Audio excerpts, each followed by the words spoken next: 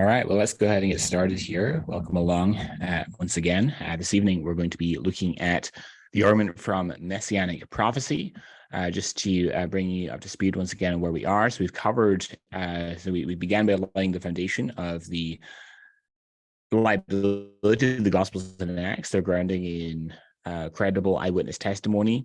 And on that foundation, we laid the argument for the resurrection. We've covered also the conversion of Paul. And then we also covered the trilemma. And this evening, we're going to be covering Messianic prophecy. And then in future sessions, we'll cover these other arguments, contemporary miracles, and the survival of the nation of Israel against all odds. So how do we reason about the issue? So first of all, we need to determine which biblical texts are messianic, and then we need to investigate whether Jesus fulfilled those texts. And so the approach that I would advocate is a two-step approach. I want to begin with a review of Isaiah 53, one of the most powerful messianic texts in the Hebrew Bible. I'm actually going to read the text in full. So let me open up Isaiah chapter. We'll start at 52:13, and we'll read through the end of 53, which is in verse 12. Okay, so behold, my servant shall act wisely. He shall be high and lifted up and shall be exalted. As many were astonished at you, his appearance was so marred beyond human semblance, and his form beyond that of the children of mankind. So shall he sprinkle many nations. Kings shall shut their mouths because of him. For that which has not been told them they see, and that which they have not heard, they understand.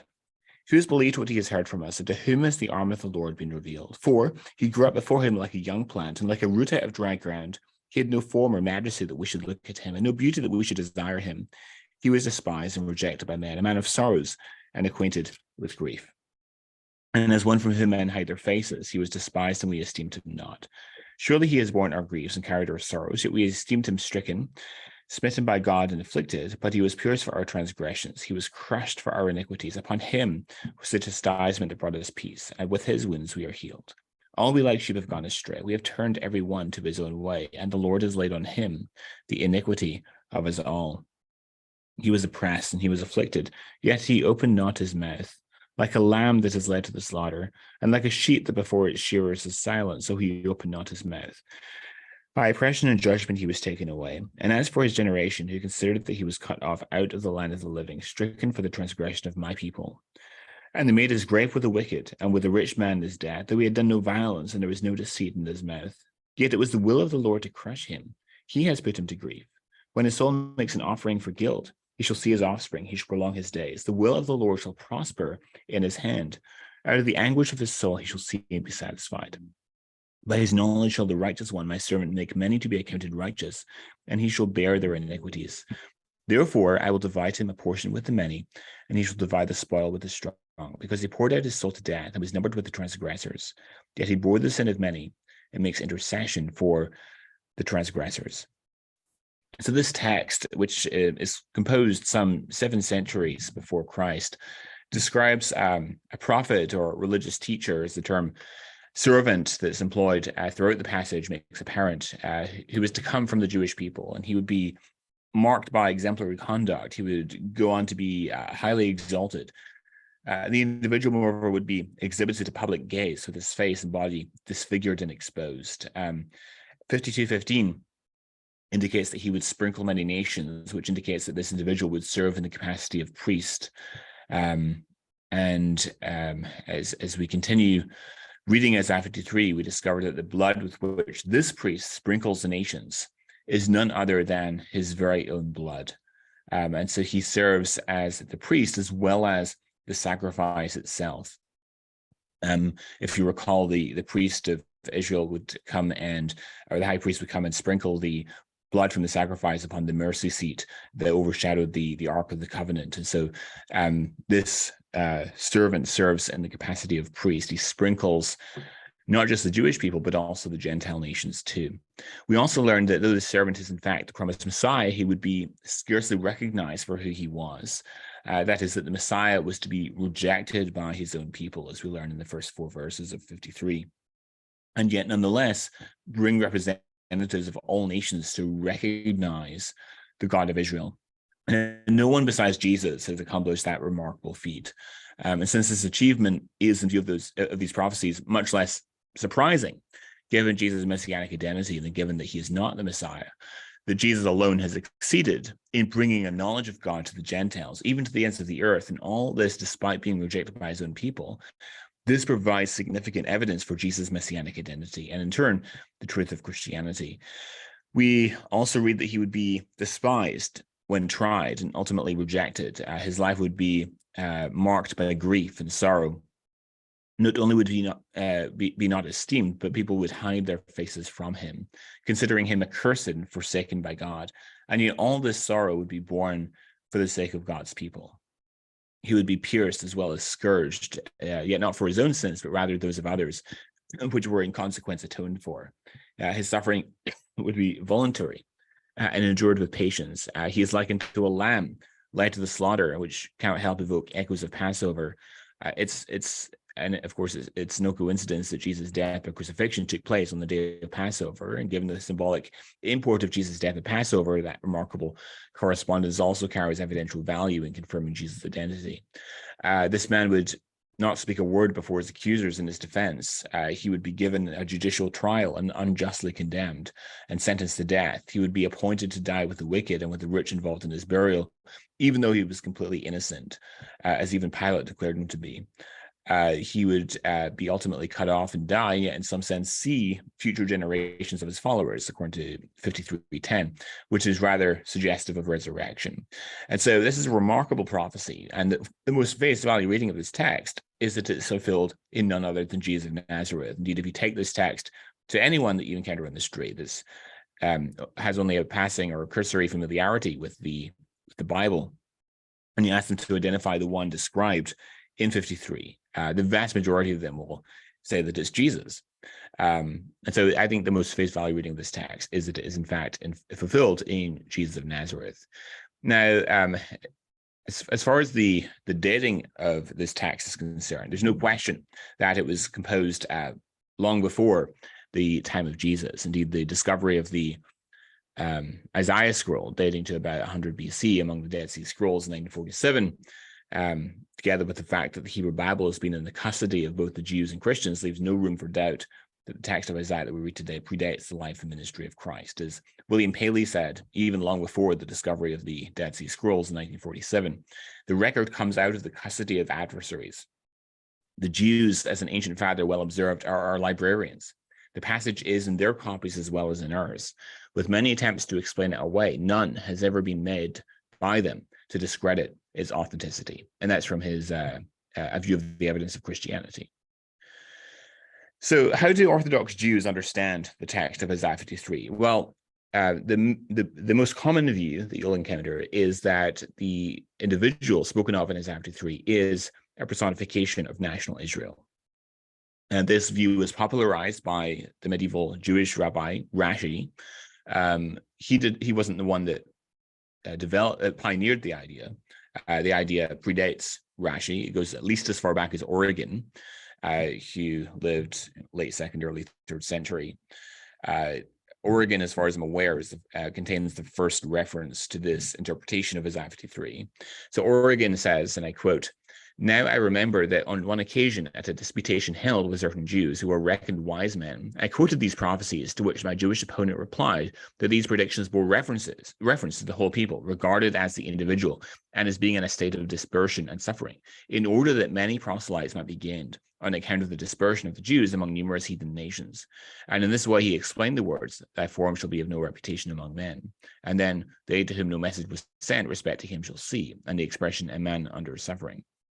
Many arguments were employed on that occasion during the discussion to prove that these predictions regarding one particular person were not rightly applied by them to the whole nation. But we seem to press them hardest with the expression, because of the iniquities of my people was he led away unto death.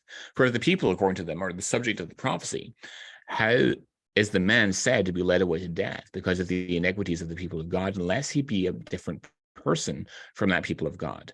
And who is this person save Jesus Christ, by whose stripes they who believe in him are healed, when he has spoiled the principalities and powers that were over us, and had made a show of them openly on his cross.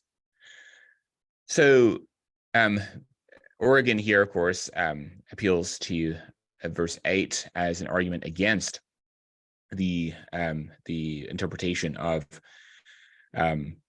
Isaiah 53 being about the nation of Israel.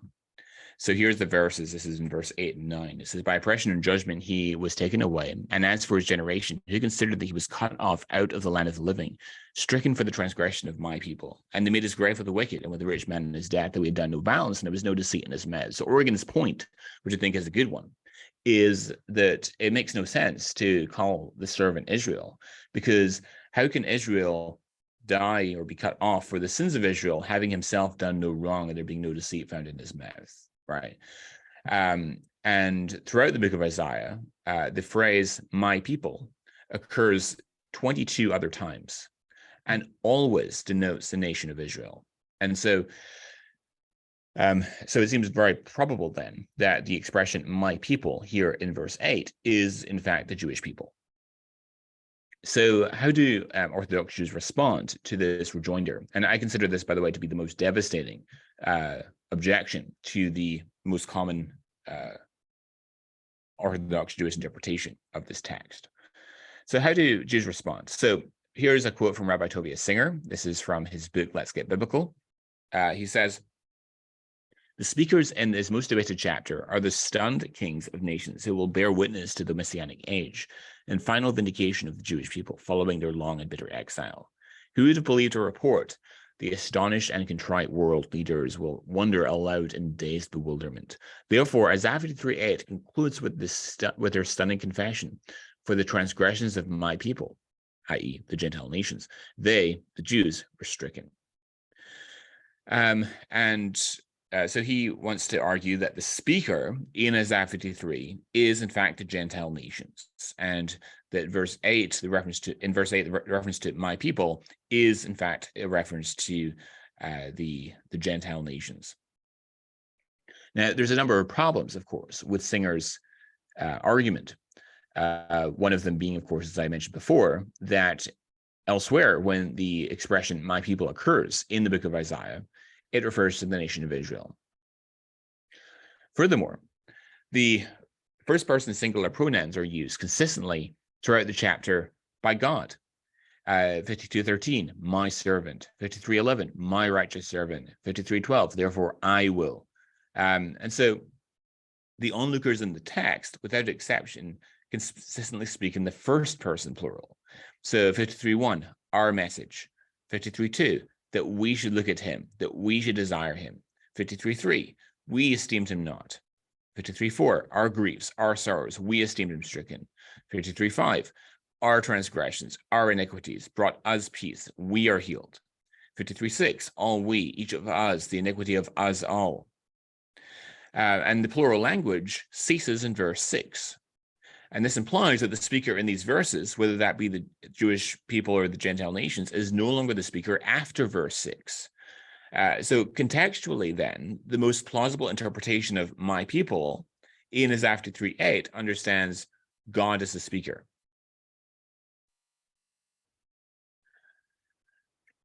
So what other problems exist for the contention that the suffering servant is the nation of Israel? Well, we learned that God judges the nations for their smiting of Israel, right? God uses the nations, Assyria and Babylon, as his instruments of judgment against the people of Israel, but then they overdo the punishment, and so then God turns his hand in judgment upon them too. We see this even within the book of Isaiah. If you read Isaiah 10 or Isaiah 29, which concern the Assyrian conquest.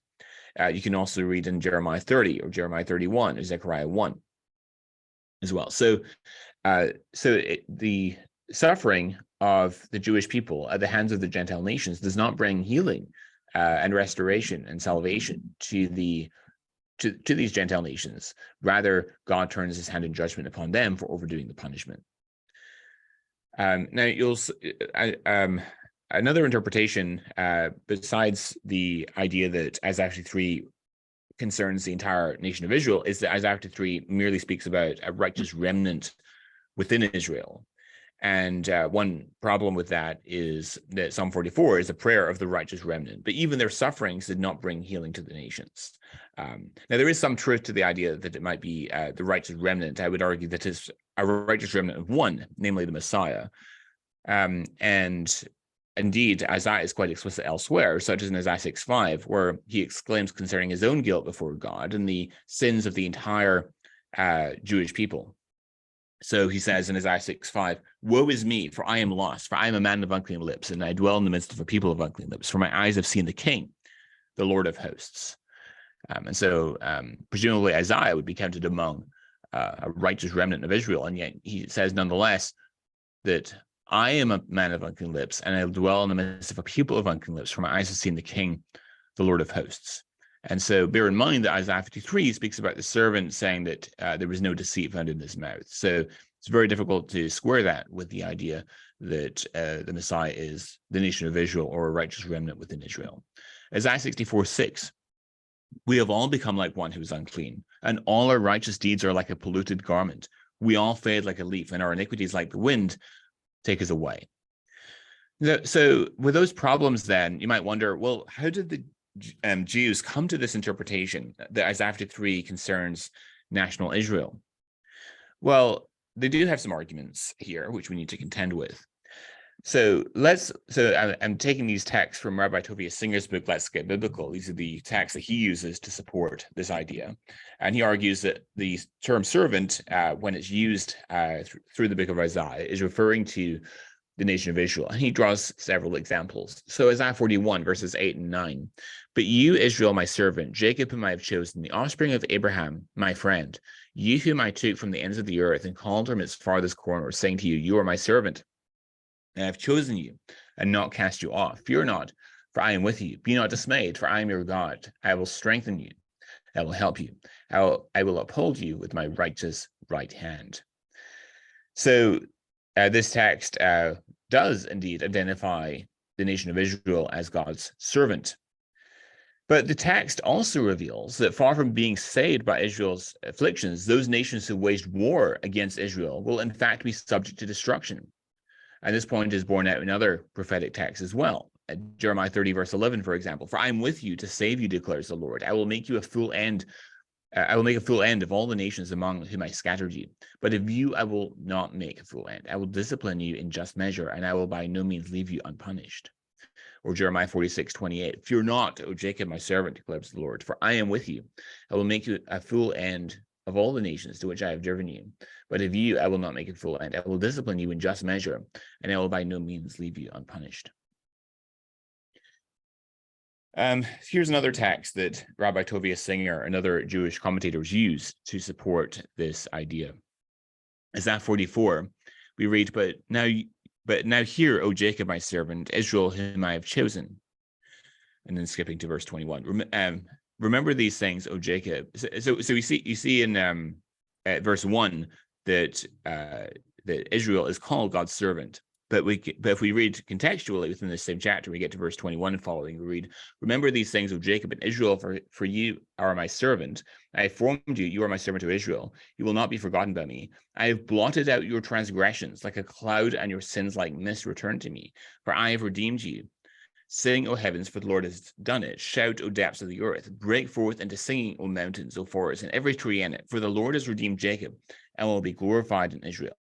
So thus we learn that instead of providing atonement for the nations, Israel herself requires salvation from her own sins.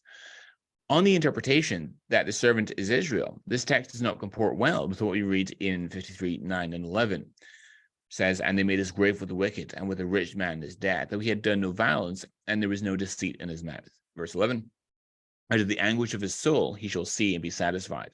By his knowledge shall the righteous one, my servant, make many to be counted righteous, and he shall bear their iniquities." So let's go to another text that rabbis use. So Isaiah 45:4, "For the sake of my servant Jacob and Israel my chosen, I call you by your name. I name you, though you do not know me." So in verses 17 and 21 through and 22 of the same chapter, though, we read the following statements. 45:17, but Israel is saved by the Lord with everlasting salvation. You shall not be put to shame or confounded to all eternity. Or 45:21, declare and present your case. Let them take counsel together. Who told this long ago? Who declared it of old? Was it not I, the Lord? And there was no other God besides me. A righteous God and a Savior, there is none besides me. Turn to me and be saved, all the ends of the earth. For I am God, and there is no other. So thus Israel is apparently no better than the other nations, since Israel also is in need of salvation by God. Another text is Isaiah 48:20, which says, go out from Babylon, flee from Chaldea, declare this with a shout of joy, proclaim it, send it out to the ends of the earth. Say, the Lord has redeemed his servant Jacob. But in the same chapter, we again read the following statements. Isaiah 48:1, hear this, O house of Jacob, who are called by the name of Israel, and who came from the waters of Judah, who swear by the name of the Lord, and confess the God of Israel, but not in truth or right. Verse 4, because I know that you are obstinate, and your neck is an iron sinew, and your forehead brass. Verse 8, you have never heard, you have never known. From of old your ear has not been opened, for I knew that you would surely deal treacherously, and that from before birth you were called a rebel. Verse 9, for my name's sake I defer my anger. For the sake of my praise, I restrain it for you, that I may not cut you off.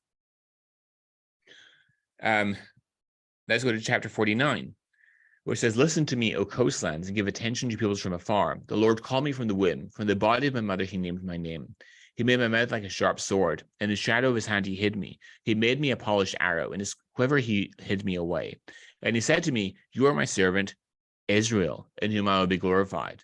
And I said, I have labored in vain. I have spent my strength for nothing and vanity. Surely my right is with the Lord, and my recompense with my God. Now, from this first part of the text that we've read so far, up to the end of verse 4, the servant is identified by the title Israel, sure enough, in verse 3. But then continue reading. Let's read verse 5 now. Now the Lord says, he who formed me from the womb to be his servant, to bring Jacob back to him, that Israel might be gathered to him. For I am honored in the eyes of the Lord, and my God has become my strength. He says, it is too light a thing that you should be my servant to raise up the tribes of Jacob, to bring back the preserved of Israel. I will make you as a light for the nations, that my salvation may reach the ends of the earth. Now I would contend that this is in fact dealing with the same servant figure of whom we read in chapter 53. However, and sure enough, as the rabbis are correct, in verse 3, it refers to this servant by the title Israel. However, in verse 5 and 6, we learn that this national Israel, that an individual called Israel, that's described in verse 3, is distinguished from national Israel because he's singled out from national Israel. He's the one who's supposed to restore and redeem and regather national Israel, as we see in verse 5 and 6. And so in this text, Isaiah clearly refers to two Israels, not one. There is a servant who is identified as Israel in verse 3, and there's also the nation of Israel, who's redeemed and gathered by the first Israel in verses 5 and 6. The idea expressed here appears to be that the Messiah is the true Israel of God. He succeeds where Israel failed. And this is also implied, as we'll see, by Isaiah 42, which expressly contrasts the righteous servant and the unrighteous servant, Israel. So here's Isaiah 42. Verses 1 through 7, which deals with the Messiah, the same figure, I would argue, as we see in 49 and 53. And it says, behold my servant, whom I uphold, my chosen, in whom my soul delights. I have put my spirit upon him. He will bring forth justice to the nations. He will not cry aloud or lift up his voice or make it heard in the street. A bruised reed he will not break, and a faintly burning wick he will not quench. He will faithfully bring forth justice. He will not grow faint or be discouraged till he has established justice on the earth. And the coastlands wait for his law. Thus says God, the Lord, who created the heavens and stretched them out, who spread out the earth and what comes from it, who gives breath to the people on it and spirit to those who walk in it. I am the Lord. I have called you in righteousness. I will take you by the hand and keep you. I will give you as a covenant for the people, a light for the nations, to open the eyes that are blind, to bring out the prisoners from the dungeon, from the prison, those who sit in darkness. Now, so that's dealing with the Messiah, I would contend. Now, if we continue reading in that same chapter, we get to verses 18 through 25, where it addresses the unrighteous servant, in contradistinction to the righteous servant described in the first 7 verses. So we read, starting from verse 18, "Hear you deaf, and look you blind, that you may see. Who is blind but my servant, or deaf as my messenger whom I send? Who is blind as my dedicated one, or blind as a servant of the Lord? He sees many things, but does not observe them. His eyes are open, but he does not hear. The Lord was pleased for his righteousness' sake, to magnify his law and make it glorious. But this is a people plundered and looted. They are all of them trapped in holes and hidden in prisons. They have become plunder with none to rescue, spoil with none to say, restore. Who among you will give ear to this, will attend and listen for the time to come? Who gave up Jacob to the looter and Israel to the plunderers? Was it not the Lord against whom we have sinned, in whose ways they would not walk, and whose law they would not obey? So he poured on him the heat of his anger and the might of battle. It set him on fire all around, but he did not understand. It burned him up, but he did not take it to heart." And so it should thus be apparent that there are, in fact, 2 servants in view in these texts: the Messianic servant and the servant Israel. Which one any particular text pertains to must be discerned from the context. And given this background, that the Messianic servant is explicitly identified as Israel in 49:3 presents no problem, since the Messiah is also explicitly called David in various texts, even after David was long dead, such as in Jeremiah 30, verse 9, or Ezekiel 34, 23 and 24, or Ezekiel 37, 24 and 25, or Hosea 3:5, etc. The idea being that the Messiah represents the greater David, and indeed the promised Davidic heir. Malachi 4, verse 5 likewise identifies the forerunner that would come before the Messiah as Elijah. But again, this is to be understood analogically rather than literally. So recall that Elijah prepared the way for the greater prophet Elisha. And so there's no problem then with the Messiah being given the title Israel, because contextually he is distinguished from national Israel. He is the true Israel who succeeds where Israel failed. This, by the way, provides the background to the way the New Testament often uses Hebrew prophecy, Hebrew scriptures. So, for instance, in Matthew 2, when Matthew uses Hosea 11:1, out of Egypt I've called my son. When you go and consult Hosea 11:1, of course, it's dealing with Israel's exodus from Egypt, but now it's being applied to the Messiah. Well, does Matthew really think this is a messianic prophecy concerning Jesus? Well, no. He's reading it in its proper context, but what he's saying is that Christ is the new and greater Israel. That's the point that he's trying to make. So, that provides some background there to New Testament use of the Old Testament as well. So, let's consider another argument for the standard Jewish interpretation. This again is from Rabbi Tovia Singer's book, Let's Get Biblical, Volume 1. And he says the prophet's use of the Hebrew pronoun lamo, which means to them for the servant in 53:8, creates a staggering problem for Christian translators who are committed to casting Jesus as the servant of Isaiah 53. The Jewish people are frequently addressed in Tanakh in the singular form in order to highlight the nation's singular destiny. The prophets, however, never speak of an individual in the plural.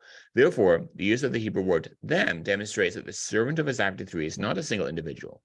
Christian Bibles escape this nagging problem by mistranslating the Hebrew word lamo as him in the singular rather than them. So how do we respond to Tovia's argument? Well, the word lamo is used elsewhere by Isaiah to refer to a singular. In Isaiah 44:15, we read, he makes it an idol and falls down upon it, again using the Hebrew word lamo. While the pronoun occurs 50 times in the Bible as a plural, it also occurs no fewer than 9 times as a singular. We must therefore discern the proper translation contextually. In any case, as Hebrew scholar Dr. Michael Brown explains, and I also checked this independently with another Hebrew scholar as well, who also affirmed the same thing. The phrase negalamo, as rightly understood by the NJPSV, most likely means that the servant receives a stroke for them. In other words, for those for whom he is suffering. So another objection, so an objection to the Messianic interpretation is as Isaiah 53:10, where we read, "Yet it was the will of the Lord to crush him. He has put him to grief. When his soul makes an offering for guilt, he shall see his offspring," or seed, zerah in Hebrew. "He shall prolong his days. The will of the Lord shall prosper in his hand." And so the argument is, well, where did Jesus ever have offspring? So how does it make sense to say of Jesus that he shall see his offspring? And you might often hear the claim made that the word zerah only ever refers to physical progeny. It doesn't refer to offspring in an allegorical or spiritual sense. So there's two responses here. Firstly, is it the case that the Hebrew word zerah always refers to literal physical offspring or progeny? Well, the word zerah is used figuratively at times in the Hebrew scriptures, even including the book of Isaiah. For example, Isaiah referred to Israel as a seed of evildoers in 1:4, or a seed of an adulterer in 14:20, and a seed of falsehood, 57:3 and 4. So the expression yare zerah, or see seed, is only used one time in the Hebrew Bible, so we can't really be dogmatic as to its meaning. And in the text that we find here, in which zerah is used in an allegorical sense, the term seed or offspring refers to one who is to the core an evildoer, etc. So in like manner, I would contend that in Isaiah 53:10, it refers to the fact, or it plausibly refers to the fact, that the suffering servant would see his disciples transformed by virtue of his work on their behalf. And this is related in Isaiah 53 to the prolonging of his days, which alludes to his resurrection from the dead.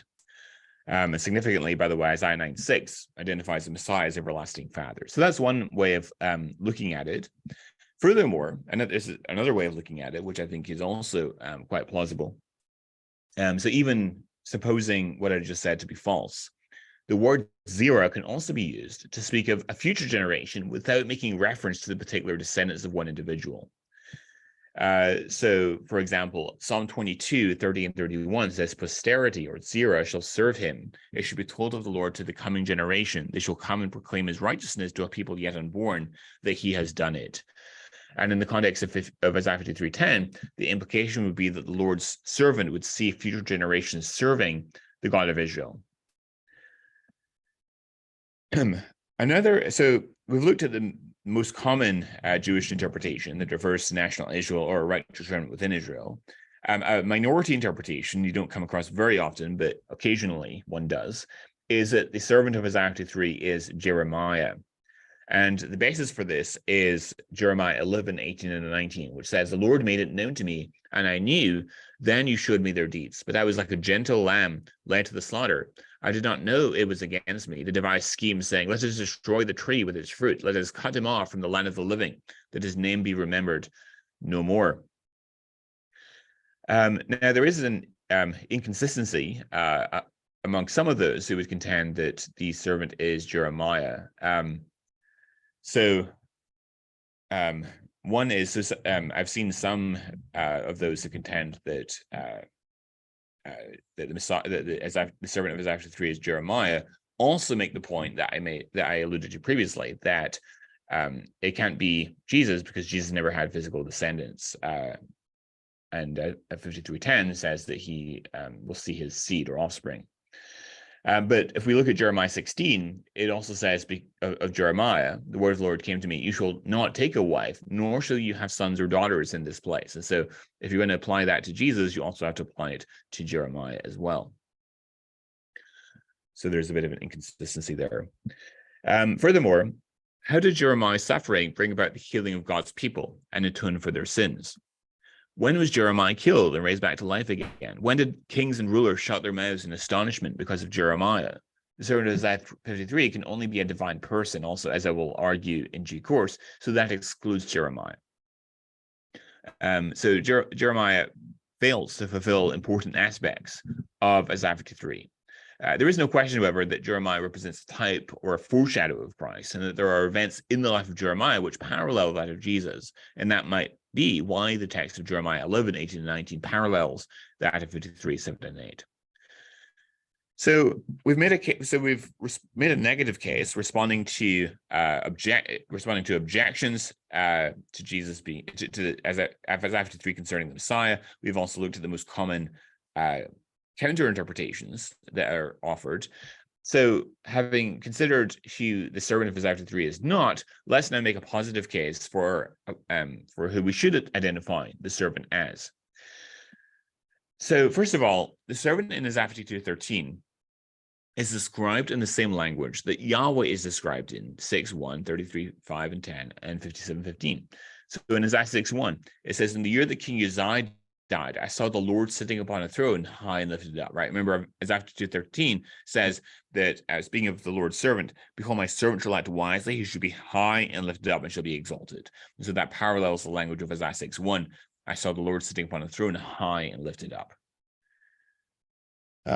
It's no coincidence, by the way, that in John 12, in the New Testament, John actually puts together Isaiah 53:1 with Isaiah 6, and says that Isaiah 6 and Isaiah 53 both pertain to Jesus, and Isaiah saw the glory of Jesus in Isaiah 6. Isaiah 33:5 and 10, "The Lord is exalted, for he dwells on high." In verse 10, "Now I will arise, says the Lord. Now I will lift myself up. Now I will be exalted." Isaiah 57:15, "For thus says the one who is high and lifted up, who inhabits eternity, whose name is holy. I dwell in the high and holy place, and also with him who is of a contrite and lowly spirit, to revive the spirit of the lowly, and to revive the heart of the contrite." Now, you might wonder, well, could this language be used of other individuals besides Yahweh? We've seen that it's used in a few different texts in Isaiah of Yahweh, but could it be used of anyone else? Well, Isaiah 2 helps to set the record straight on that score, which says that Yahweh alone will be exalted in that day. And yet the servant shares in his status because of the servant is his very own arm. In Isaiah 2:11-17, we read, this is concerning the great and terrible day of the Lord. And it says, "The haughty looks of man should be brought low, and the lofty pride of men should be humbled, and the Lord alone will be exalted in that day.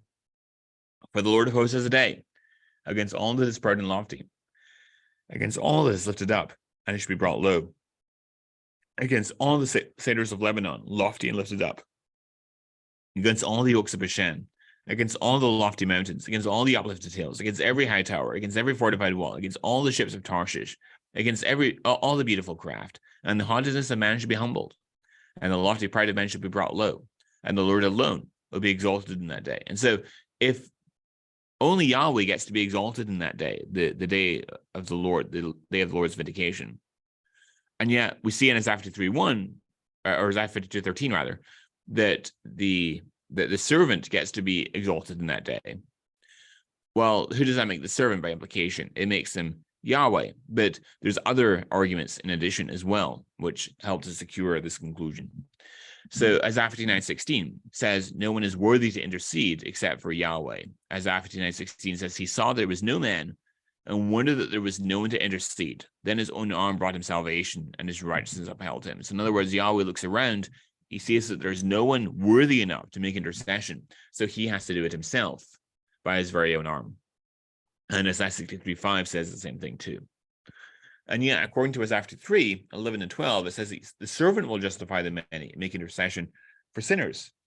So if you recall, it says, "At the anguish of his soul he shall see and be satisfied. By his knowledge shall the righteous one, my servant, make many to be accounted righteous, and he shall bear their iniquities.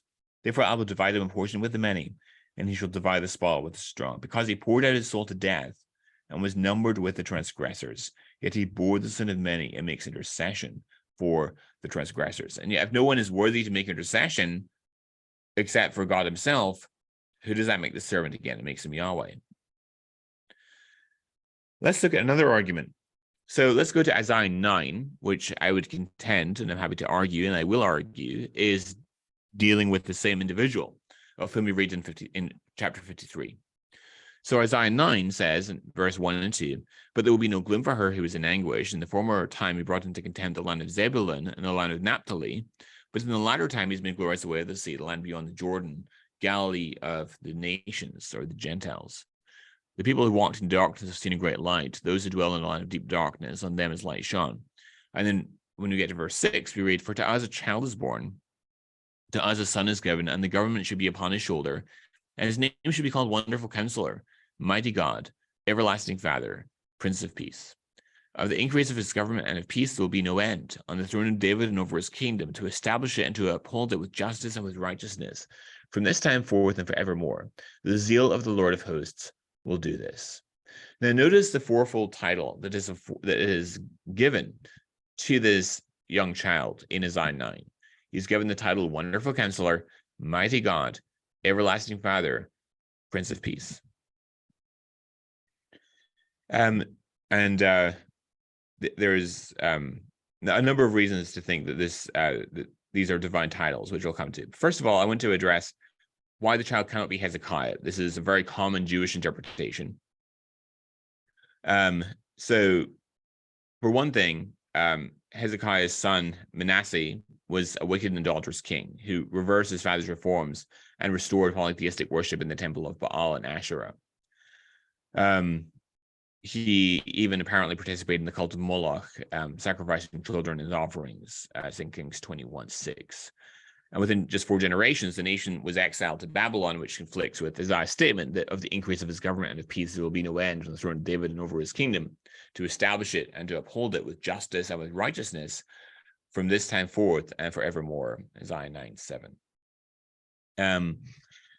Sometimes you'll hear Jews make the argument that Hezekiah's name means mighty God, which is false. Hezekiah means God strengthens, and although it might sound similar in English, in Hebrew, the expression El Gabor, or mighty God, is literally warrior God, or something akin to that. Gabor means like warrior, and El is God. So I don't think that connection is particularly strong. Tovia Singer, in his book Let's Get Biblical, tries to put forward some intertextual parallels, which I review in detail in my essay I've published on the subject, which you can find at my website, jonathanmcclatchy.com/writing. If you look at my essay on Isaiah 9, I engage with that in depth. So if you want like a very detailed analysis of the claim that Isaiah 9:6 is about Hezekiah, then I refer you to that essay. Okay, so having established that it's not Hezekiah, let's look to discern who we're actually dealing with. So the expression El Gabor that we read in Isaiah 9:6 occurs 3 other times in the Hebrew biblical corpus, and in all 3 of those cases it refers specifically to Yahweh: Deuteronomy 10:17, Jeremiah 32:18, and Isaiah 10:21. So in Isaiah 10:21, for example, which happens to be the very next chapter after the chapter that we're currently reviewing, Isaiah 10:21 says, "A remnant will return, the remnant of Jacob, to the mighty God," or the El Gabor. Furthermore, the word El in its singular form, as opposed to its plural form, which is Elohim. Now, Elohim, of course, can sometimes refer to beings who are lesser than God. So as Exodus 7:1, for example, I've made you Elohim to Pharaoh, speaking of Moses. Psalm 8 also uses the word Elohim to refer to celestial beings or angels. But the word El in its singular form, which occurs 217 times in the biblical text, always, without exception, denotes nothing less than absolute deity, although there is a handful of instances where it's used to refer to false gods. So that seems to me to be a pretty compelling argument for understanding the child spoken of here in Isaiah 9 as none other than a divine person. Now, an alternative interpretation that is sometimes proposed is mighty warrior. And if you read Hans Wilderberger, for example, he discusses this in his commentary. Now, what are some of the problems with the mighty warrior translation? And as I said, Gabor means warrior, right? And so the argument wants to understand the word El in Isaiah 9:6 as in an adjectival sense. So instead of mighty God or warrior God, is divine warrior. However, Alec Mottier, in his massive commentary on the book of Isaiah, comments on this. He says, with the following adjective El always retains its full status as a noun. If ever El is used adjectively, the phrase is never identical with Isaiah 9:6, and its meaning is never diluted into godlike. Whenever we find a construction identical with Isaiah 9:6, El with the following adjective or noun, El is never adjectival, but it is always the ruling noun, more closely defined by the additional word. So I don't find that translation to be at all compelling, and I maintain that the best translation here is mighty God, which fits very well with the understanding that is suggested by other arguments for viewing this as a divine person. Another title that is given to the child is Wonderful Counselor, which is also a title used elsewhere in Isaiah, where it speaks of Yahweh in Isaiah 28:29. This also comes from the Lord of hosts. He is wonderful in counsel and excellent in wisdom. Everlasting Father. So the child is identified as Everlasting Father, ad Abi in Hebrew, which may be translated as genitive phrase, Father of Eternity, since Abi in Hebrew text stands in a genitive relationship to ad.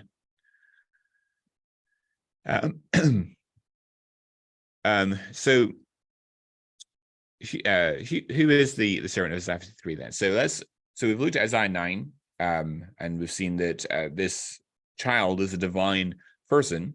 I would argue that the child spoken of in Isaiah 9 is one and the same individual as introduced in chapter 11. So in Isaiah 11, verses 1 through 5 and verse 10, we read, "A shoot will come from the stump of Jesse. From his roots, a branch will bear fruit." And by the way, the word root there also crops up in the singular form in verse 5 is the word verse 10 is the word sheresh. And it's the same word that's used in Isaiah 53:1 to describe the servant, the Messianic servant, where it says a root of dry ground, right? So you've got a parallel here right away. So in Isaiah 53, it speaks about that he grew up in the Lord's presence as a tender shoot, as a root out of dry ground. It's a very similar language to what we see in here in Isaiah 11. And verse 2 says, "The Spirit of the Lord will rest on him, the Spirit of wisdom and of understanding, the Spirit of counsel and of might, the Spirit of the knowledge and the fear of the Lord. And he will delight in the fear of the Lord. He will not judge by what he sees with his eyes, or decide by what he hears with his ears. But with righteousness, he will judge the needy. With justice, he will give decisions for the poor of the earth." So he is to rule with utter justice and establish global dominion, which we see also in Isaiah 9. It's the same sort of language that is used of the child in Isaiah 9. He's called Prince of Peace, and he establishes justice, where it says, "For as a child's given, as a son is given, and the government should be upon his shoulder. His name should be called Wonderful Counselor, etc. The increase of his government and the peace will be no end, and the throne of David over his kingdom is to establish it and uphold it with justice and with righteousness from this time forth and forevermore." So Isaiah 11 likewise says, "But with righteousness he shall judge the needy. With justice he will give decisions for the poor of the earth." He's also noticed he comes from the stump of Jesse, which is also consistent with Isaiah 9:7, which speaks about this particular child being on the throne of David and over his kingdom. Jesse, of course, was the father of David, the king of Israel, around the 10th century BC. He will, so it continues, so he will strike the earth with the rod of his mouth. With the breath of his lips, he will slay the wicked. And it says, righteousness will be his belt, and faithfulness the sash around his waist.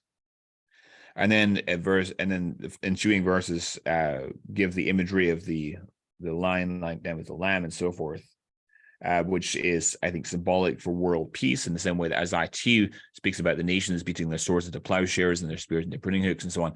And then verse 10, it says, "In that day, the root of Jesse," that's that word sheresh again that crops up in Isaiah 53, "will stand as a banner for the peoples." Right? Sound familiar about being a light to the nations? Or Isaiah 52:15 speaks about him sprinkling many nations. the nations will rally to him, and his resting place will be glorious. So everyone agrees, including Rashi and Tovia Singer, etc., that Isaiah 11 is a messianic text. And yet we see very, very striking intertextual connections with Isaiah 9. Isaiah 42, which you've looked at before, also has connections with Isaiah 9 and 11. Here is my servant whom I uphold, my chosen one in whom I delight. I will put my spirit on him, right? Sound familiar? What we saw in Isaiah 11, the spirit of the Lord will rest on him, right? Verse 2. Verse 2 there, the spirit of the Lord will rest on him, spirit of wisdom and of understanding, etc. It continues, and he will bring forth justice to the nations. He will not, so again, he has a very similar job description to what we see in 9 and 11. He will not shout or cry out or raise his voice in the streets. A bruised reed he will not break, and a smoldering wick he will not snuff out. In faithfulness he will bring forth justice. Very similar to what we see in Isaiah 11, where it says, with righteousness he will judge the needy, with justice he will give decisions for the poor of the earth. Righteousness will be his belt, and faithfulness the sash around his way. So again, very similar language. So in faithfulness, he will just bring forth justice. He will not falter or be discouraged till he's established justice on earth. In his teaching, the islands will put their hope. This is what God the Lord says, the creator of the heavens, who stretches them out, who spreads out the earth with all the springs from it, who gives breath to the people, his people, and life to those who walk in it. I, the Lord, have called you in righteousness. I will take hold of your hand. I will keep you, and will make you to be a covenant for the people. So the servant himself is the covenant for the people, and a light for the Gentiles, to open eyes that are blind, to free prisoners from the prison, and to release from the dungeon those who sit in darkness. Very similar language to what we saw in Isaiah 9, verse 2. The people who walked in darkness have seen a great light. Those who dwelt in a land of deep darkness, on them has light shone. Then we continue and we get to chapter 49, which also describes the very same servant. Listen to me, O coastlands, and give attention, you peoples from afar. The Lord called me from the womb. From the body of my mother, he named my name. He made my mouth like a sharp sword. Again, very similar language to what we saw in Isaiah 11, where it says, but with righteousness, this is verse 4, but with righteousness he shall judge the poor, and side with equity for the meek of the earth. He shall strike the earth with the rod of his mouth, and with the breath of his lips he shall kill the wicked. So very, very similar language. It continues, in the shadow of his hand he hid me. He made me a polished arrow. In his quiver he hid me away. And he said to me, you are my servant Israel, in whom I will glorify. We've talked about this already. But I said, I have labored in vain. I have spent my strength for nothing in vanity. Surely my right is with the Lord, and my recompense with my God.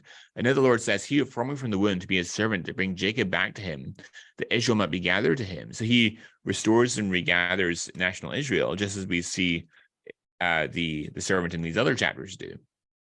For I'm honored in the eyes of the Lord, and my God has become my strength. He says, it is too light a thing that you should be my servant to raise up the tribes of Jacob and to bring back the preserved of Israel. I will make you as a light for the nations, that my salvation may reach to the ends of the earth.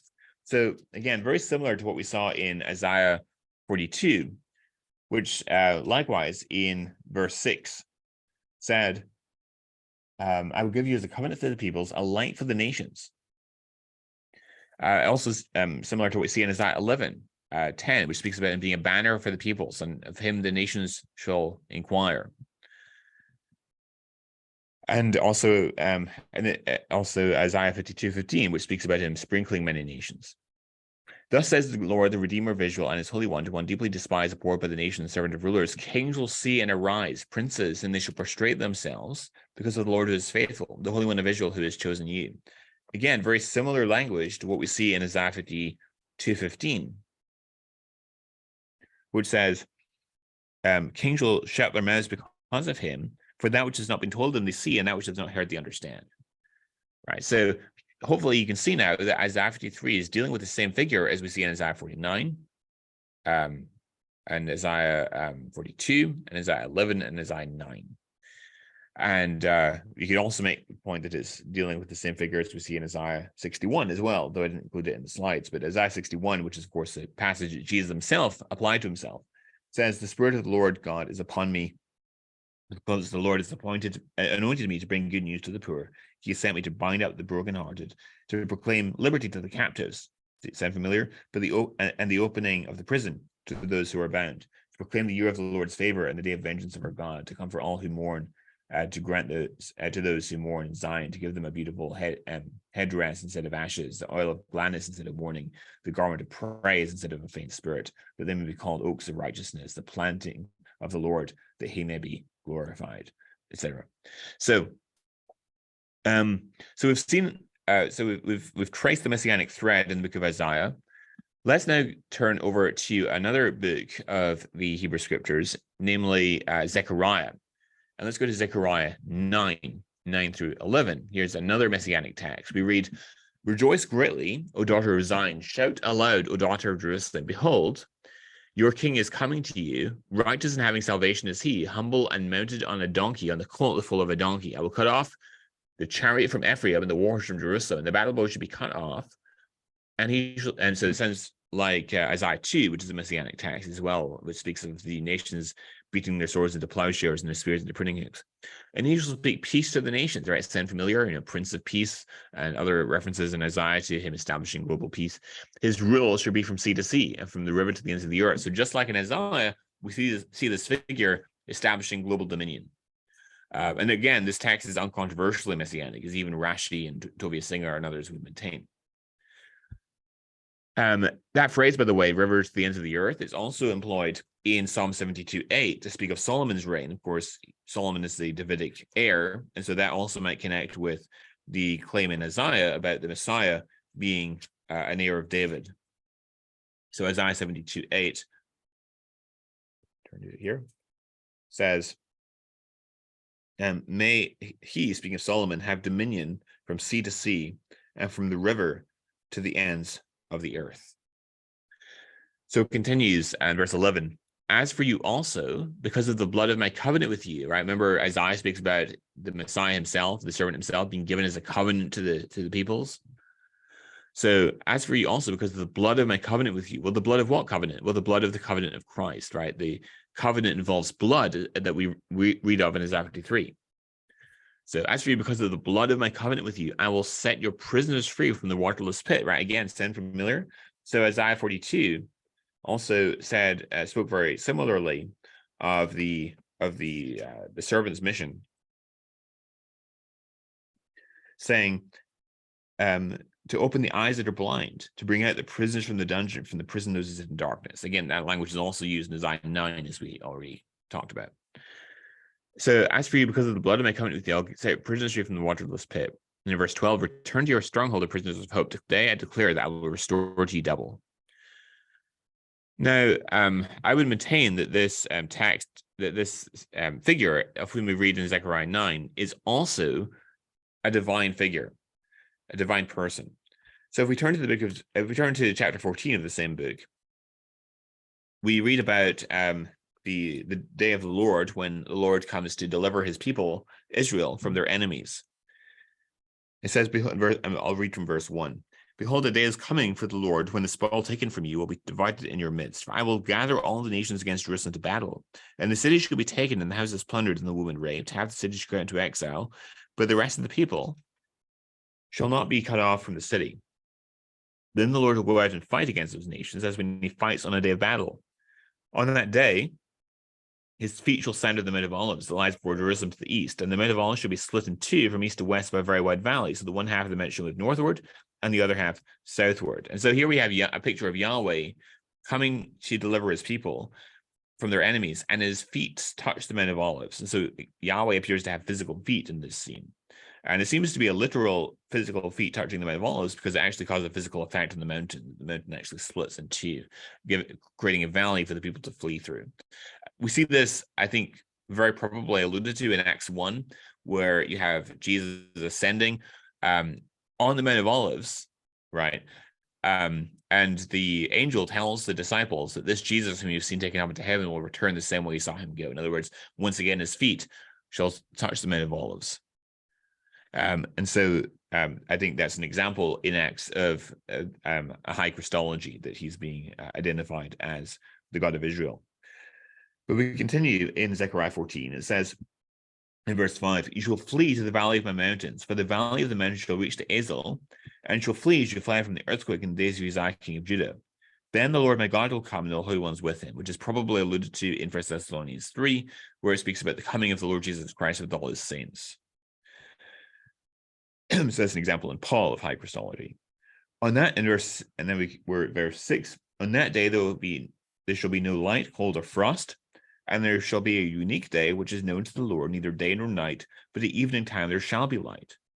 On that day, living waters shall flow out from Jerusalem, half of them to the eastern sea and half of them to the western sea. It shall continue in summer as in winter.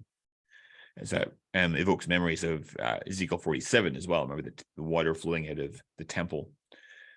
The living water flows out of the temple. And in verse 9, the Lord will be king over all the earth. On that day, the Lord will be one, and his name one. Now, we saw in Zechariah 9 that the Messianic king gets to be king over all the earth, right? He establishes global dominion and establishes world peace. But here it says it is Yahweh. Well, which is it? Well, it makes sense if we identify the Messiah as a divine person. Now, you might wonder, well, could it not be the case that that God is simply, that the text is simply using the language of agency, and that Yahweh is using the Messianic figure as his agent upon earth to do his bidding, whereas in actual fact, it's Yahweh that is king. He's just using an agent on earth. Well, sure, you can read it that way, but in that case, why does Yahweh come himself in his physical feet to descend upon the Mount of Olives if he's only going to be working through an agent? Furthermore, if we go over to Zephaniah 3, which is a parallel text to Zechariah 9, we read, sing aloud, O daughter of Zion, shout, O Israel, rejoice and exult with all your heart, O daughter of Jerusalem. So very, very similar language to Zechariah 9, verse 9, right? The Lord has taken away the judgment against you. He has cleared away your enemies. And just as there's a king in Zechariah 9, so likewise there's a king in this parallel text in Zephaniah 3. The king of Israel, Yahweh, is in your midst. You shall never again fear evil. And just to drive that point home, this is a parallel text that we continue reading as far as verse 20. It says, at that time I will bring you in, at the time when I gather you together, for I will make you renowned and praised among all peoples of the earth, when I restore your fortunes before your eyes, says the Lord. Remember Zechariah 9:12, which says, return to your stronghold, the prisoners of hope, to dead to clear, that I will restore to you double. So there's a lot of textual parallels here. And the king of Israel in Zechariah 9 is identified as the Messiah. Here in this parallel text, it's Yahweh himself. So again, supporting my argument. Here's another text in Zechariah. I should say Zechariah, not Zephaniah. Zechariah 12:10. I will pour out on the house of David and the inhabitants of Jerusalem a spirit of grace and pleas for mercy, so that when they look on him whom they have pierced, they shall mourn for him as one mourns for an only child, and weep bitterly over him as one weeps over a firstborn. And so, again, this is speaking about the same situation as described in Zechariah 14, where Yahweh himself comes to save his people. That's very clear from the context. I suggest going in your own time to read the context of this text. You'll see that there's a parallel to Zechariah 14. And here it speaks about when they look on me, on him whom they have pierced, they shall mourn for him as one mourns for an only child, and weep bitterly over him as one weeps over a firstborn. That phrase, to be pierced, that we see here is only ever used in a physical, literal sense, not in an allegorical sense, like an emotional wound or something like that. So this also, I think, points to the Messianic interpretation, especially in view of the fact that we see in other texts, like Isaiah 53 and Psalm 22, that the Messiah undergoes piercing. Micah 5, verses 2 through 5 is also uncontroversially Messianic, as even Rashi, Toby Singer, would agree. Micah 5, though, I would argue, is clearly dealing with the same individual of whom we read in these texts in Zechariah and in Isaiah. But you, O Bethlehem Ephrathah, who are too little to be among the clans of Judah, from you shall come forth for me one who is to be ruler in Israel, whose coming forth is from of old, from ancient days. Therefore, he shall give them up until the time when she who is in labor is given birth, which may be an allusion to Isaiah 7:14. And I haven't gone into Isaiah 7 this evening because it would take a lot of time to unpack, and I don't want to add a huge amount of time to our discussion. But if you want to see what I think about Isaiah 7, I have written on it on my website. If you look for my essay on Isaiah 9, I do have a discussion of it in that context.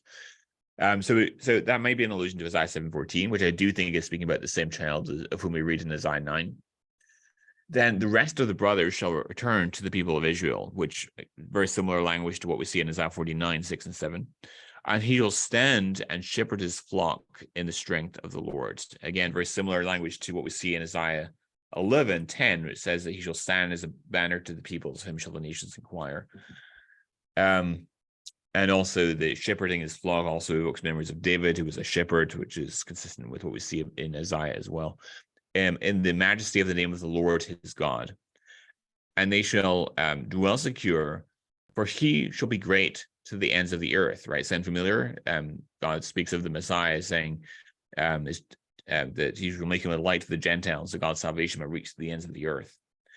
And he shall be their peace, right? Sound familiar? Isaiah 9 speaks about him being a prince of peace, and there's other references in Isaiah 11 and elsewhere to him establishing this global peace upon the earth. And so we're clearly speaking about the same individual whom we read in these other texts. Verse 2 indicates that the Messiah is coming forth is from of old, from ancient days. The King James Version translates this phrase as going forth have been from of old, from everlasting. Now, which translation is correct? Well, examining the broader context of Micah reveals that the Hebrew word olam means forever in 2:9 and 4:5 and verse 7. However, in Micah 7:14, the phrase "as in the days of old" uses the word in its non-eternal sense. So the context allows for either translation, and we cannot be dogmatic as to the translation of Micah 5:2. Let's take another text then. This is from Daniel 7:13 and 14, which says, I saw in the night visions, and behold, with the clouds of heaven there came one like a son of man, and he came to the Ancient of Days and was presented before him. And to him was given dominion and glory and a kingdom, that all peoples, nations, and languages should serve him. His dominion is an everlasting dominion, which shall not pass away, and his kingdom one that shall not be destroyed. So, the Greek Septuagint translation of Daniel 7:14. But notice, by the way, before I discuss this, notice very similar language is employed of the Son of Man here to what we've seen in these other texts. He establishes glory, global dominion, and so forth. That he serves as a king, and so forth. And it's an everlasting reign. Now, the Greek Septuagint translation of Daniel 7:14 uses the Greek word latrevo when describing the services to be rendered to the Son of Man. Latrevo denotes the very highest form of worship and religious service, a kind that is to be ascribed only to Yahweh. And the Aramaic term used in the original is pelach, and in a religious context, serving a divine being translates into worship. And every time it appears in the book of Daniel, it is always used, without exception, in a religious context dealing with service or worship to a deity. So Daniel 6:25 and 26 says, so that is one argument we've established for the divine identity of the Son of Man. Another argument is, if you look at what is said by King Darius of the God of Daniel in Daniel 6, this is the previous chapter, 25 and 26, it says, King Darius wrote to all the nations and peoples of every language in all the earth, may you prosper greatly, I issue a decree that in every part of my kingdom, people must fear and reverence the God of Daniel, for he is the living God, and he endures forever. His kingdom will not be destroyed. His dominion will never end. So we have very similar language employed of the God of Israel, in fact, identical language employed of the God of Israel to what is employed in the very next chapter of the Son of Man, suggesting that they're one and the same. You can also see Nebuchadnezzar's statements in Daniel 4 as well, which are very similar. And so Daniel 7 employs language to the Son of Man that has been previously employed in the book to Yahweh. He's also portrayed as the cloud rider in Isaiah 19:1. Behold, the Lord is riding on a swift cloud and comes to Egypt, and the idols of Egypt will tremble at his presence, and the heart of the Egyptians will melt within him. So this language of the cloud rider, so Daniel 7:14 speaks about him riding the clouds, and this language is employed elsewhere, such as in Isaiah 19:1, to Yahweh, who is the one who rides the heavens or rides the clouds. Deuteronomy 33:26. There is none like God or Jeshurun, who rides through the heavens to your help, through the skies in his majesty. Or Psalm 68:33, to him who rides in the heavens, the ancient heavens, behold, he sends out his voice, his mighty voice. Or Psalm 104:3, he lays the beams of his chambers on the waters, he makes the clouds his chariot, he rides on the wings of the wind. Now, it's commonly objected by Jews that the Son of Man in Daniel 7 is not the Messiah, but he is in fact a personification of national Israel. Now, there are exceptions to that. Tobias Singer, for example, whom I've alluded to several times already, does not take that view. He does think it's a Messianic text. But I'd say the majority interpretation is it is national Israel.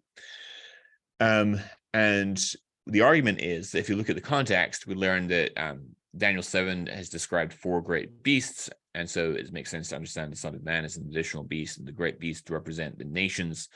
And in the verses that ensue following Daniel's prophecy, there's an interpretation supplied by the angel to Daniel.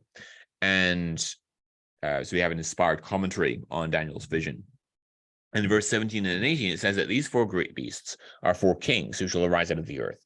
But the saints of the Most High shall receive the kingdom and possess the kingdom forever and ever. And so it's applying that language to the saints of the Most High, which is the nation of Israel.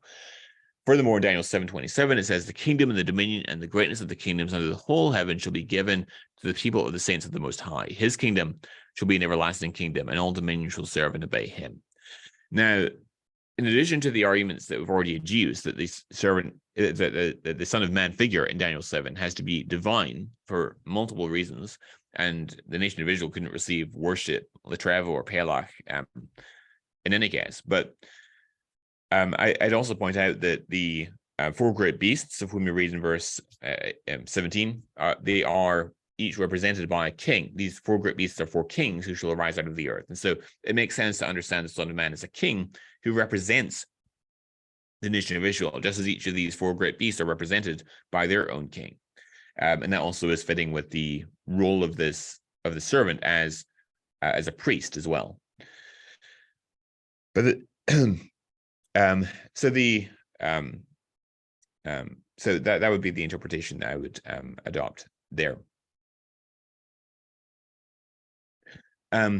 It's also interesting to consider where the title Son of Man plausibly comes from, plausibly derives from. So we look at Psalm 8, it speaks about the first Adam in these terms, saying, when I look at the heavens, the work of your fingers, the moon and the stars which you have set in place, what is man that you are mindful of him, and Son of Man that you care for him? Yet you have made him a little lower than the heavenly beings and crowned him with glory and honor. You have given him dominion over the works of your hands. You have put all things under his feet, all sheep and oxen, also the beasts of the field, the birds of the heavens, the fish of the sea, whatever passes along the paths of the seas. And so this is describing the first Adam. You've given him dominion over the works of your hands. You've put all things under his feet, all sheep and oxen, and so forth. Now, in Daniel 7, we see, as I mentioned, the nations that are described there are each represented by wild beasts. And the Son of Man exercises dominion over those wild beasts, over those nations.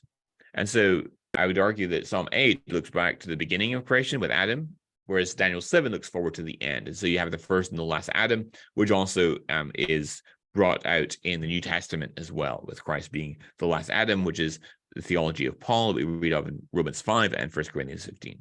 So that's also an interesting point. And notice also Adam is a type of Israel, right? Just as Israel was exiled from their land towards the east and ended up in Babylon, so Adam was exiled out of his land, Eden, towards the east, and his descendants ended up in Babylon. So you have a similarity there, just as you did between Christ or the Messiah and Israel as well. Let's go to another text. This is in Malachi 3, verse 1. Behold, I send my messenger, and he will prepare the way before me. And the Lord whom you seek will suddenly come to his temple, the messenger of the covenant in whom you delight. Behold, he is coming, says the Lord of hosts. And so this is another Messianic text which identifies this individual as a divine figure. He's given the title Ha-Adon, which is a title only ever used of Yahweh. And he's preceded by a forerunner. And as we'll talk about next time, where I'm going to talk about how the Old Testament expresses the triune nature of God, I would argue that this text also implies that, along with other arguments, that the Messiah is in fact the angel of the Lord, or the Melech Adonai, the messenger of the Lord. But we'll get into that next time. Okay, so one final text we'll talk about is Psalm 22, which says and which describes what is uncannily similar to what you might expect from a crucifixion scene. So in verses 12 through 18, we read, many bulls encompass me. Strong bulls of Bashan surround me. They open wide their mouths at me, like a ravening and roaring lion. I am poured out like water, and all my bones are out of joint. My heart is like wax. It is melted within my breast. My strength is dried up like a potsherd, and my tongue sticks to my jaws. You lay me in the dust of death. For dogs encompass me, a company of evildoers encircles me. They have pierced my hands and feet. I can count all my bones. They stare and gloat over me. They divide my garments among them. And for my clothing, they cast lots. So dislocation of bones and heart failure and lack of strength and dehydration and the piercing of the hands and feet are all apt descriptions of crucifixion scene. Not to mention the dividing of his garments and the casting of his lots. Crucifixion victims would be stripped naked as part of their humiliation. And this execution also appears to be public, since people gloat and gloat over him and stare at him. And notice also the similar language in Psalm 22:6, which I didn't show on the screen, but in Psalm 22:6, the psalmist says, "But I am a worm and not a man, scorned by mankind and despised by the people." Very similar to what we see in Isaiah 53:3. He was despised and rejected by men, a man of sorrows and acquainted with grief. And as one from him men hide their faces, he was despised, and we esteemed him not. And the idea that Psalm 22 is Messianic is not an exclusively Christian interpretation. There were ancient Jewish interpreters who also understood it as a Messianic text, as there were many Jewish interpreters who understood Isaiah 53 as a Messianic text too. Because people recognize that it's very difficult to correlate Psalm 22 with any part of David's life. So there's also the intertextual connection I mentioned between Isaiah 22:6 and Isaiah 53:3, which I've already established to be a Messianic text. Also, I mentioned or alluded to earlier that in Isaiah 53:10, it speaks about he shall see his offspring or see his seed, or Zerah. And we see likewise, as I've mentioned in Psalm 22, it says that all the ends of the earth all the ends of the earth shall remember and turn to the Lord, and all the families of the nations shall worship before you. For kingship belongs to the Lord, and he rules over the nations. All the prosperous of the earth shall eat and worship before him, shall bow down all who go down to the dust, even the one who could not keep himself alive. Posterity shall serve him. So it's the same word Zerah that's used there, which connects with Isaiah 53. Shall be told of the Lord to the coming generation. They shall come and proclaim it, his righteousness to a people yet unborn, that he has done it. And so not only do you have the connection with Isaiah 53 in verse 6, you also have the connection with Zerah in verse 30. And you also have the fact that it can't correlate with any aspect of David's life. It seems to point to something beyond David. And you also have the fact that as a result of the psalmist's suffering and ultimate vindication, all the ends of the earth are going to turn to remember, and turn to the Lord. And so you have him bringing people from all nations to recognize the God of Israel, which is, again, something that we've seen in these Messianic texts that we've looked at. So we've shown a number of different texts which seem to all be concerning one and the same individual, drawing from Isaiah and Zechariah and Malachi and Micah and Daniel and the Psalms. So let's then tie together what we've been considering. So here's the argument that I'm going to present for the truth of Christianity from the information that we've reviewed this evening. So the correlation between events recorded in the Gospels and Hebrew Scriptures is either the product of human design or divine design. It's not the product of human design, therefore it is the product of divine design.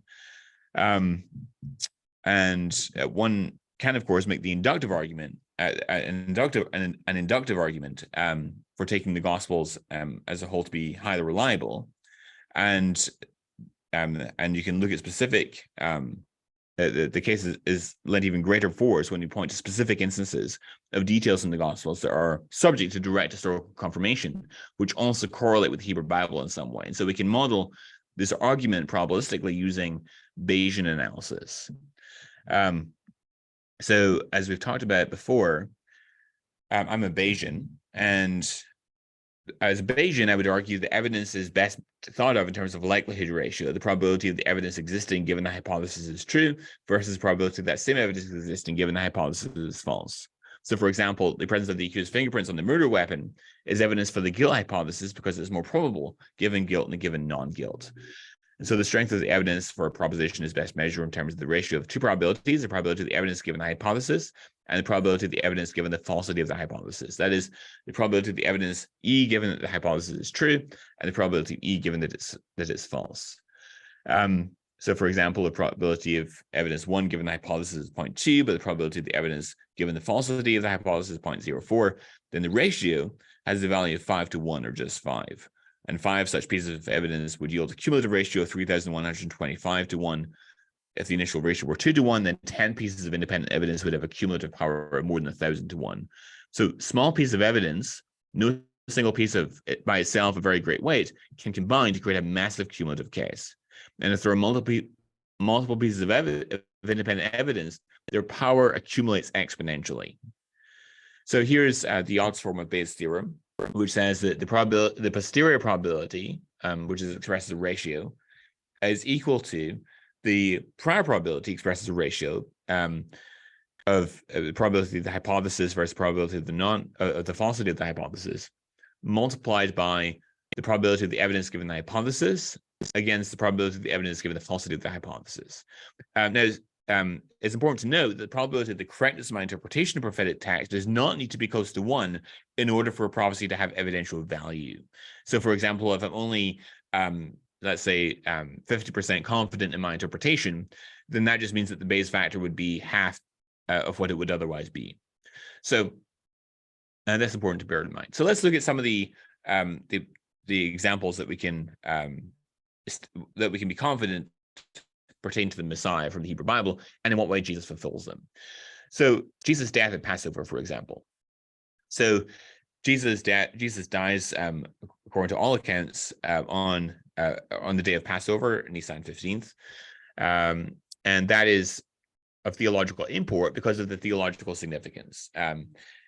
Because remember, the Passover, you have the Passover lamb is slaughtered, and the blood of the lamb is smeared up on the doorposts of the Israelite homes, such that the angel of death passes over those homes and leaves the firstborn unscathed. So Christ, Paul says, Christ, our Passover lamb, has been sacrificed. In other words, he is the fulfillment of the Passover lamb. Now, that is evidentially significant because that is a striking coincidence. Now, there is, I would argue, sufficient reason to conclude that Jesus, in fact, was crucified on Nisan 15th, which is the day of Passover. And given the theological import of Jesus' death on the day of Passover, this is a striking coincidence, which appears to be at least somewhat more probable, given Jesus' messianic identity, than on the falsity of that hypothesis. Now, of course, one caveat to consider is that there are also other days, such as the Day of Atonement, to which we might attach some special significance of Jesus' death at land on those days. So I'm trying not to overstate the argument, but I'm going to assign a conservative Bayes factor of 10 for that correspondence. Second example, Exodus 12:3. Tell all the congregation of Israel that on the 10th day of the month of Nisan, every man shall take a lamb according to their father's houses, a lamb for a household. So this is the text in this is a selection of the Passover lamb, where on the 10th day of the month, the Hebrews were to select a lamb and bring it into their household. And we see, of course, that Jesus' entrance into Jerusalem was 5 days before Passover, according to John 12, verse 12. And we've already shown in the previous session that that is historically correct. And so that's not wholly independent of the previous example. The question is how much additional evidence is provided for this correspondence. And of course, another factor for us to consider is that Passover is a particularly likely time for a Jew to enter Jerusalem. And so to be conservative, I'm going to assign a Bayes factor of only 2 to that fact. And so thus far, our cumulative Bayes factor from the 2 examples we've considered is 10 times 2 or 20. Another example, Christ the first fruits. So 1 Corinthians 15 says, but in fact, Christ has been raised from the dead, the first fruits of those who have fallen asleep. For as by a man came death, by a man has come also the resurrection of the dead. For as in Adam all die, so also in Christ shall all be made alive. But each in his own order, Christ the first fruits, then as is coming, those who belong to Christ. And so Christ's resurrection, according to all accounts, happens on the first day of the week, the Lord's Day, the Sunday, and that is the day of first fruits, according to Leviticus 23, 9 through 11, which says the Lord spoke to Moses, saying, speak to the people of Israel and say to them, when you come into the land that I give to you and reap this harvest, you shall bring the sheaf of the first fruits of your harvest to the priest, and you shall wave the sheaf before the Lord so that you may be accepted. On the day after the Sabbath, the priest shall wave it. And so that's the first fruits is to be celebrated the day following the first Sabbath, following the Passover, which makes it the Sunday. So that's also striking then that the disciples have their experience, which they interpret to be the risen Christ, on that special day, the day of first fruits. What's the evidential significance of that then? Well, this piece of evidence is not wholly independent of the fact that Jesus' death takes place at the time of Passover. And so I therefore assign a conservative base factor of 2. So far, our cumulative base factor then is 10 times 2 times 2, which is 40. Psalm 22, as we mentioned before, seems to point to a crucifixion scene and suggests that the Messiah is to be subjected to public gaze, be given and have a public execution. And it sounds very much like a crucifixion scene for reasons I've already discussed. Lydia McGrew has a paper in Philosophia Christi in which he argues that it seems generous, I'm quoting, it seems generous to estimate as 1 in 1,000 the probability that Jesus would be crucified based simply on his being a Palestinian Jewish male teacher who was born and died approximately at the time that he did. So what's the evidential significance of this? Well, let's assume our confidence that Psalm 22 is Messianic and describes this crucifixion scene is as low as 10% or 0.1. A conservative estimate for the probability of the crucifixion is 1 in 1,000. So this yields a base factor of 100. And so far, our cumulative base factor is 4,000. Another example is that Psalm 22 describes lots being cast for Jesus' garments. And I've mentioned in a previous session how this can be incidentally confirmed. So this is from J.B. Lightfoot. He says concerning the text in John, again, the scene of the crucifixion furnishes St. John with another opportunity of showing his intimate knowledge of Roman military customs. The quaternion, tetradion, at Acts 12:4, of soldiers, as we learn from Vegetius and others, was usually employed as a watch on night duty or for purpose of escort. Now, it is noticeable that when the other evangelists speak of the guard which attended the crucifixion, no number is given. It is simply stated. So the soldiers divided the Savior's garments among them. St. John, however, gives the actual number. But observe how incidentally the fact comes out. He makes no mention of a quaternion.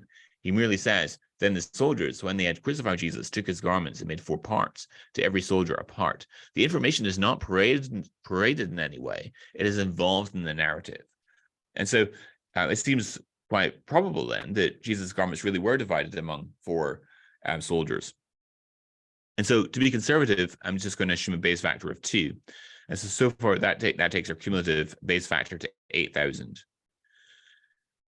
Micah 5 verse 2, as we've looked at, says that the Messiah is supposed to be born in Bethlehem. And I've already argued in previous sessions that Jesus' birth in Bethlehem is historically probable. And so to be conservative, I'm going to assign a base factor for Jesus' birth in Bethlehem to 500. This is generous because clearly much less than 1 out of every 500 Jews has been born since the time that has been born since the time of Micah has been born in Bethlehem. And the probability of Jesus, in fact, being born in Bethlehem on the hypothesis that he is indeed the Messiah, based on the prophecy of Micah 5:2, is very high, approaching 1. And so far, our cumulative base factor is 4 million. Okay, so Isaiah 49:6 also says this pertains to the global spread of Christianity. So Isaiah 49:6 says, God says, it is too light a thing that you should be my servant to raise up the tribes of Jacob, to bring back the preserved of Israel. I will make you as a light for the nations, that my salvation may reach to the ends of the earth. Also, Matthew 24:14, Jesus' own words, he says, this gospel of the kingdom will be proclaimed throughout the whole world as a testimony to all nations, and then the end will come. So on the hypothesis that a given individual is the promised Messiah, the probability that they would bring representatives of all nations of the world to worship the God of Israel is approximately equal to 1. Whereas on the hypothesis that Jesus is not the Messiah, the probability is vanishingly small. In all history, only Jesus has accomplished this feat. Furthermore, the Messiah was supposed to be rejected by his own people, as Acts 3 verses 1 through 4 seem to indicate that. So I'm just going to assign, given, so it's a remarkable feat, especially that given that he was rejected by his own people, which is forecast by Isaiah 53, 1 through 4, he nonetheless brings representatives of all nations to recognize and worship the God of Israel. I'm just going to assign a very conservative base factor of 1,000. I think that's very conservative. So at this point, our cumulative base factor is taken to 4 billion. We also have evidence from the Old Testament that Jesus is preceded by a forerunner. So we've looked at Malachi 3, verse 1. You could also go to Isaiah 40, the first 5 verses there. And in Mark's Gospel, in chapter 1, we read that John appeared, baptizing the wilderness and proclaiming a baptism of repentance for the forgiveness of sins.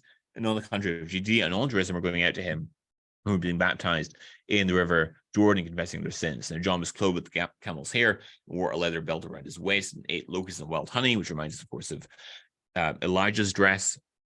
And he preached, saying, "After me comes he who is mightier than I. The strap of his sandals I'm not worthy to stoop down and untie. I have baptized you with water, but he will baptize you with the Holy Spirit." So he is the forerunner for Jesus, and that's consistent with what we see of Malachi 3:1 and Isaiah 40, the first 5 verses. So I'm just going to assume a conservative base factor of 10 for this. So that takes our cumulative base factor to 40 billion. Also, the destruction of the Jewish temple. So Daniel 9, 24 through 26 says, 70 weeks are decreed among your people and your holy city to finish the transgression.